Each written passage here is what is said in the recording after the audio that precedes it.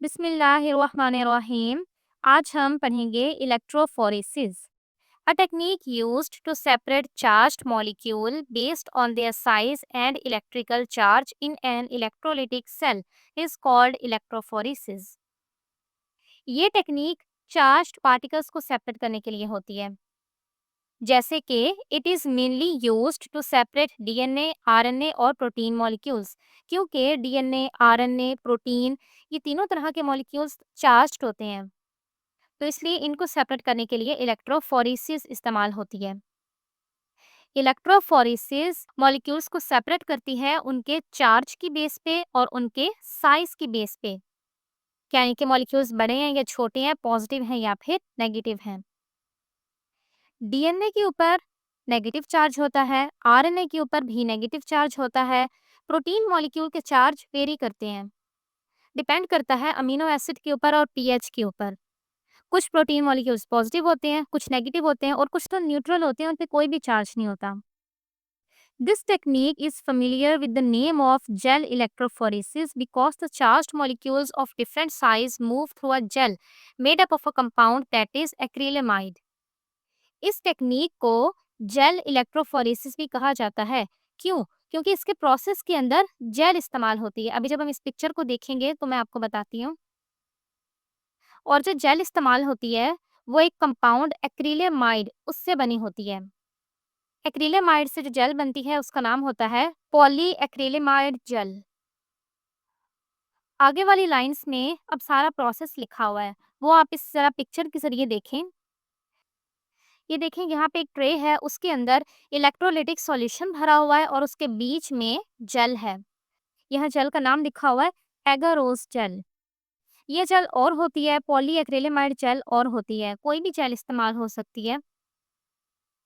और इस सेटअप को बिजली के साथ भी कनेक्ट किया होता है।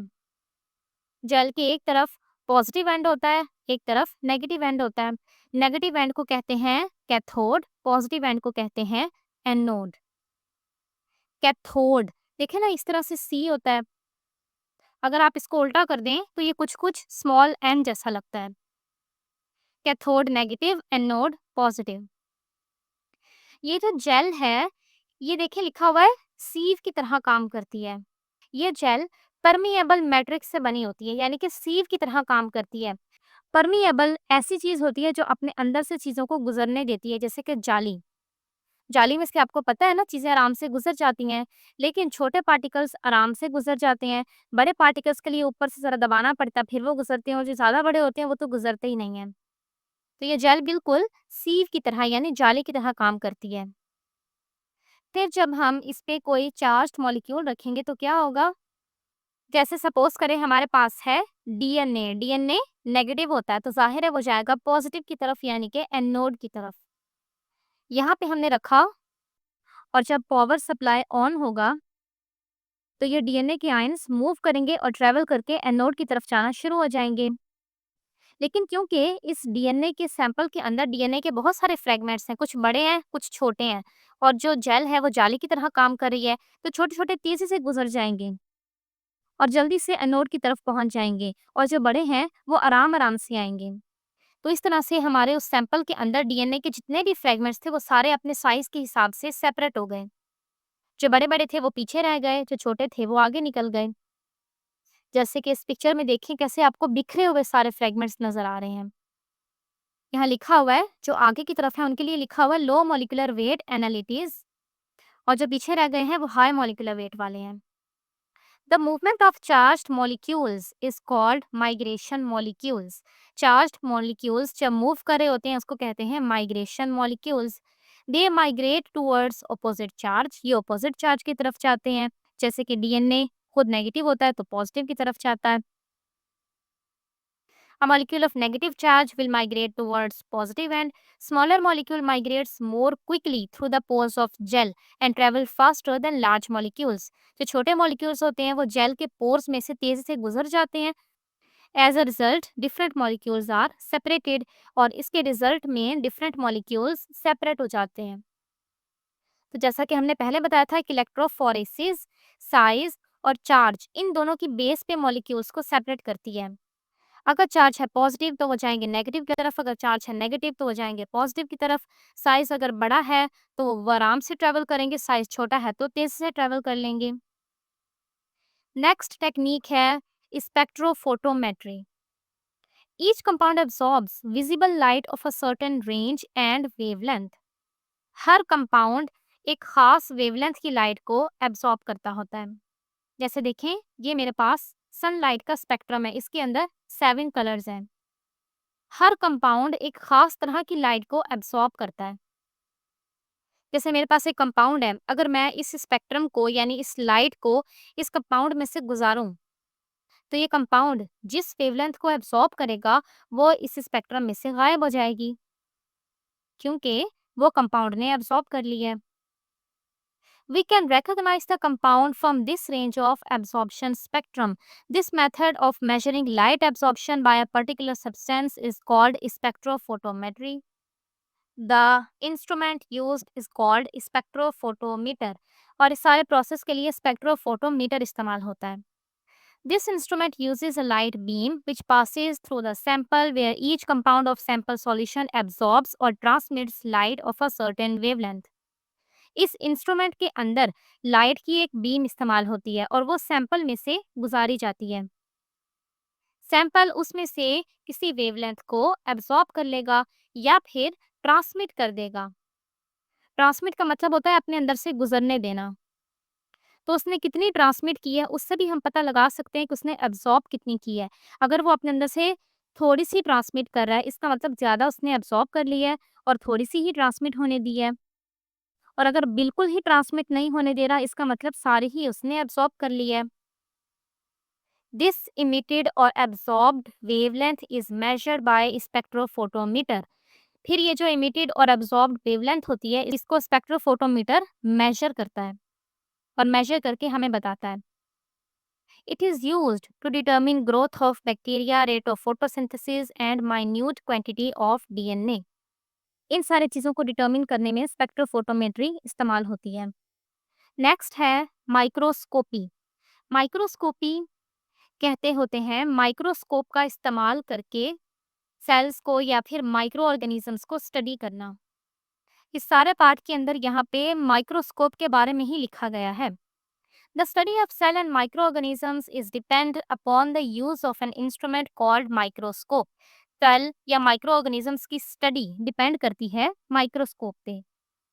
जाहिर है माइक्रोस्कोप होगा तभी हम उनको पढ़ पाएंगे, क्योंकि वो तो इतने छोटे हैं कि आम आंख से नजर नहीं आ सकते। और इन छोटी चीजों को पढ़ने के लिए माइक्रोस्कोप भी बहुत पावरफुल होने चाहिए। 3 attributes of microscope are of particular importance. Microscope के मामले में 3 एट्रीब्यूट्स बहुत इंपॉर्टेंट हैं। एक है magnification, resolution, contrast. Magnification is a means of increasing the apparent size of an object. Magnification का मतलब होता है एक ऑब्जेक्ट का साइज बड़ा करना। जो हमें माइक्रोस्कोप में चीज का साइज बड़ा नजर आता है उसको कहते हैं magnification. With a light microscope a specimen could quite easily be magnified by as much as 10,000 times. Light microscope के जरिए हम स्पेसिमेन को उसके अपने साइज के मुकाबले में 10,000 टाइम बड़ा करके देख सकते हैं। स्पेसिमेन कहते होते हैं कोई भी ऐसी चीज जो अंडर स्टडी हो, कि जिसके मुतालिक हम रिसर्च कर रहे हैं, जिसको हम एग्जामिन कर रहे हैं।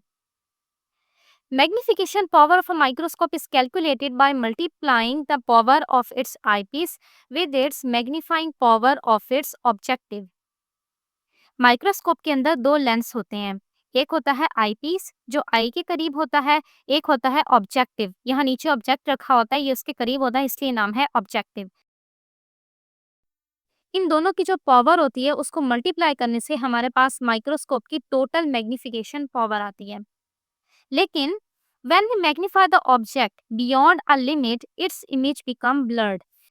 लेकिन अगर हम किसी ऑब्जेक्ट को लिमिट से ज्यादा मैग्नीफाई करें तो वो ब्लर हो जाती है। आपने देखा होगा ना, पिक्चर को जूम करें तो ब्लर हो जाती है क्योंकि लिमिट होती है जूम करने की। That is lose its clarity, यानी कि उसके अंदर क्लैरिटी नहीं रहती। This clarity of image is generally known as resolution. हमें इमेज क्लियर नजर आए इसको कहते होते हैं रेजोल्यूशन। तो माइक्रोस्कोप में हमें मैग्निफिकेशन चाहिए, लेकिन साथ साथ रेजोल्यूशन भी चाहिए, चीज बड़ी हो लेकिन क्लियर भी रहे। We can say that it is the capacity of an instrument to separate adjacent form or object, that is minimum distance at which two distinct point of a specimen can still be seen by observer। ये सारी resolution की definition लिखी हुई है कि resolution capacity होती है adjacent object को भी सेपरेट करके दिखाने की, यानी दो चीजें बिल्कुल एक साथ हैं लेकिन वो हमें बिल्कुल क्लियर अलग अलग नजर आए, यानी एक दूसरे में मिक्सअप ना हो। A very high magnification can be obtained by light microscope। हमें ज्यादा मैग्निफिकेशन लाइट माइक्रोस्कोप के जरिए मिल जाती है। लाइट माइक्रोस्कोप होता है ऐसा माइक्रोस्कोप जिसके अंदर आम जो लाइट होती है वो इस्तेमाल हो रही हो, but their resolution power is limited. लेकिन लाइट माइक्रोस्कोप के अंदर रेजोल्यूशन पावर लिमिटेड होती है। It is about 500 times better than human eye के मुकाबले में 500 टाइम्स ज्यादा, which is not enough for viewing some of the smaller subcellular structures. लेकिन छोटे छोटे स्ट्रक्चर देखने के लिए ये काफी नहीं है। तो इसका बेहतरीन हल है electron microscope. Electron microscope light की बजाय इलेक्ट्रॉन बीम को इस्तेमाल करता है, यानी कि एक बीम होती है, एक शुआ होती है जिसके अंदर सारे इलेक्ट्रॉन्स होते हैं, और इलेक्ट्रॉन बीम की वेवलेंथ छोटी होती है आम जो लाइट होती है विजिबल लाइट उसके मुकाबले में। इसलिए इलेक्ट्रॉन माइक्रोस्कोप के अंदर रेजोल्यूशन पावर भी बहुत ज़्यादा होती है, ह्यूमन आई से 10,000 टाइम्स ज़्यादा। Therefore most of the subcellular structures are studied by electron microscope. इसलिए सेल के अंदर जो चीज़ें होती हैं उनको देखने के लिए इलेक्ट्रॉन माइक्रोस्कोप इस्तेमाल होता है। फिर तीसरी चीज़ है contrast. Contrast refers to the darkness of the background relative to the specimen. Contrast कहते होते हैं ऑब्जेक्ट जो हम माइक्रोस्कोप में देख रहे हैं वो, और बैकग्राउंड, इन दोनों के अंदर डिफरेंस को। देखिए हम अक्सर जो सेल की चीज़ें होती हैं वो ट्रांसपेरेंट होती हैं और पीछे वाला बैकग्राउंड वो भी लाइट सा होता है, तो इसलिए उनमें कंट्रास्ट इतना बन नहीं रहा होता और चीज़ क्लियर नज़र नहीं आ रही होती। तो चीज़ को अच्छे तरीके से देखने के लिए ज़रूरी है कि उन दोनों में, बैकग्राउंड में और ऑब्जेक्ट में, कंट्रास्ट ज़्यादा हो। तो इसके लिए एक खास तरह का माइक्रोस्कोप इस्तेमाल होता है जिसको कहते हैं फेज कंट्रास्ट माइक्रोस्कोप। और जो आम माइक्रोस्कोप है लाइट माइक्रोस्कोप, उसके अंदर अगर हम देखना चाह रहे हैं तो कैसे देखेंगे? In light microscope contrast is often obtained by fixing and staining the material. उसके अंदर जो हमारा ऑब्जेक्ट है उसको स्टेन कर देंगे, कलर कर देंगे, ताकि बैकग्राउंड में और उस ऑब्जेक्ट के कलर में अच्छा खासा कंट्रास्ट हो। नेक्स्ट है micrometry. It is the science related to measurement of dimensions and size of an object observing under microscope। Micrometry कहते होते हैं किसी भी माइक्रोस्कोपिक ऑब्जेक्ट यानी कि किसी भी छोटी ऑब्जेक्ट के साइज को मेजर करने की technique. Technique of measuring microscopic object is called micrometry। It requires a special device of measurement called micrometer। इसके लिए खास तरह की डिवाइस होती है जिसको माइक्रोमीटर कहते हैं। दिस इंस्ट्रूमेंट इज अटैच्ड और पुट इनटू द माइक्रोस्कोप। और इस माइक्रोमीटर को माइक्रोस्कोप के अंदर रखा जाता है ताकि माइक्रोस्कोप के नीचे जो हम चीज़ देख रहे हैं हम उसका साइज भी पता लगा सकें। There are two types of micrometer. दो तरह के माइक्रोमीटर होते हैं, an ocular micrometer and stage micrometer. The ocular micrometer is a disc made up of glass. It has 100 equal divisions with no absolute value। It is placed in the eyepiece of microscope।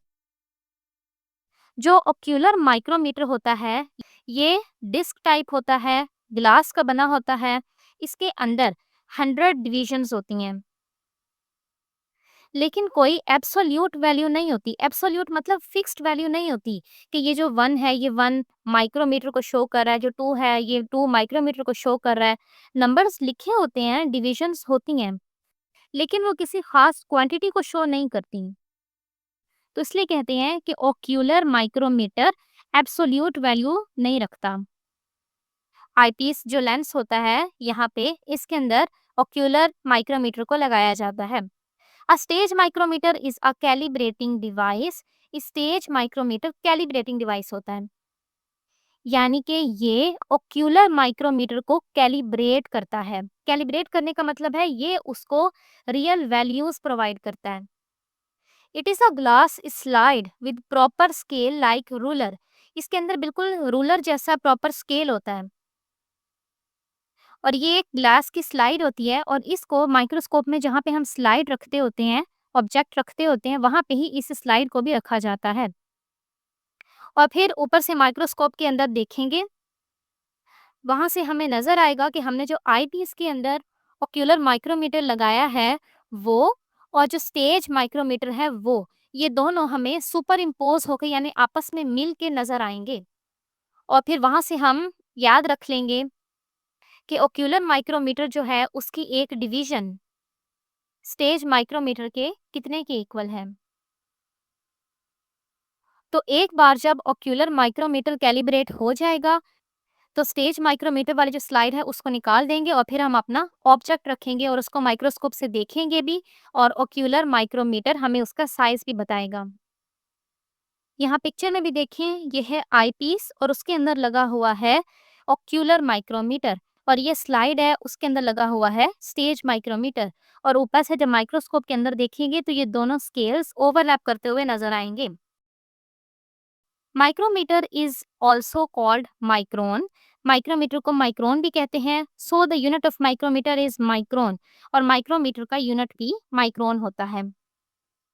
एक micrometer या फिर एक micron 0.001 millimetre या फिर 0.000039 inches के equal होता है, और इसका सिंबल ये होता है।